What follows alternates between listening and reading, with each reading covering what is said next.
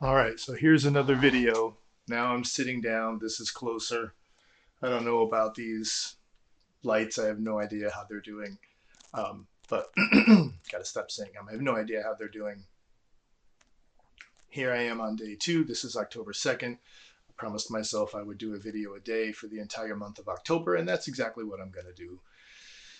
My name is Ken Kowalski. I'm a physical therapist. I've been doing this for 30 years now, long time. And I've been in the trenches for 30 years working with people. And I've worked in all kinds of settings except school systems. It's the only one I haven't done, but I have literally treated little kids, even little kids with brain cancer, little 3 and 4 year olds, all the way up through the spectrum to my oldest woman I ever successfully rehabbed was 106, and the oldest gentleman I ever successfully rehabbed was 104.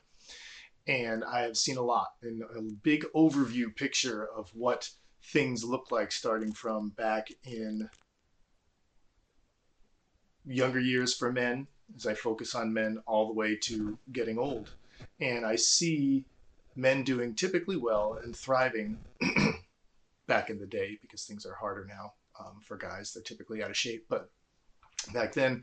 And then things really start to fall apart for guys around in their 50s, which is exactly where I am. That's when I start hearing the don't get old. It sucks to get old. I'm in my 50s right now and I don't feel old at all, but I have my reasons for feeling good. I'm not going to share them right now. But I just wanted to say why I'm doing this is because I see that men, once they hit their 50s, start to decline more rapidly than women do, than their female counterparts do. They stop doing what they were designed to do and start to break down as women, being more communal, continue to do what they do, and they're typically very fine. So I wanted to do something about it and see that most men I work with see in nursing homes, see struggling within their own homes.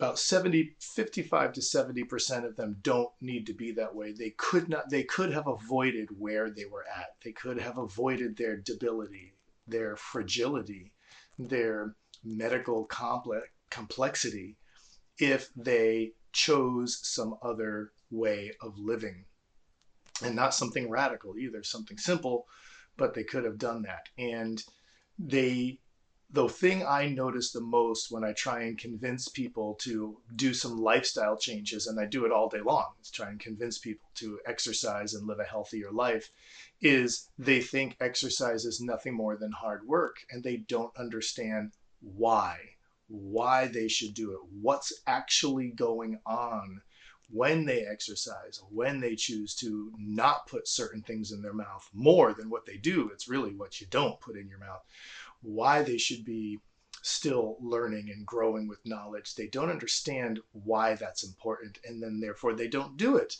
So, I notice on YouTube, I watch a lot of YouTube videos. I know this is some of my first ones that I've made, but I've actually watched a lot of them, and I see these videos of these ripped, shredded 62-year-old guys, and they have 3.5 million views. And I'm thinking to myself, based on what I see and what I've seen in the last 30 years, 90% of those 3.5 million views are from people who aren't doing it. They're not even doing what they're watching. It's just entertainment for them.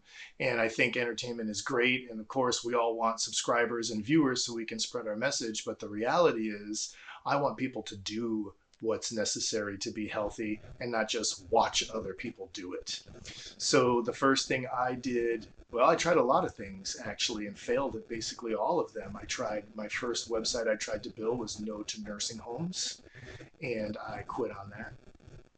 And then I did just a bunch of stuff, really, and I just didn't know enough about business. I was a physical therapist. I didn't know what it took to actually gain traction and get something going. So I quit out on all of them. But it got to the point where I was just getting so disgusted. My eyes were finally opened. You hear about in the manosphere world with the red pill, blue pill thing. I took the red pill for aging to see what really is going on out there and see how the condition of men are. And women have their own problems, and I'm not saying they don't. That's not what I'm focusing on because I'm a man and I care deeply for other men, watching them go down before they should.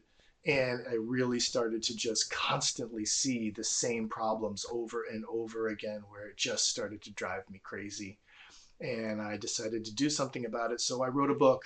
It's not even done yet. It's 71,000 words. And it's been sent off to a publisher, not a publisher. It's been sent off to a editor, a professional editor. I'm working with getting the book cover done and the author bio and the book blurb and all of that stuff to get done. And I'm going to start a website and I'm going to do these videos and I'm going to have fun. I'm a dad of 4 kids and I've been married for 26 years and had some rough times with how to be a man in a marriage. It wasn't really my wife's fault at all. It was completely mine. And those are things we're going to get involved in too, is over time as we spread things out. But yeah, I'm just really sick of seeing good men go down, and they do very often well before their time.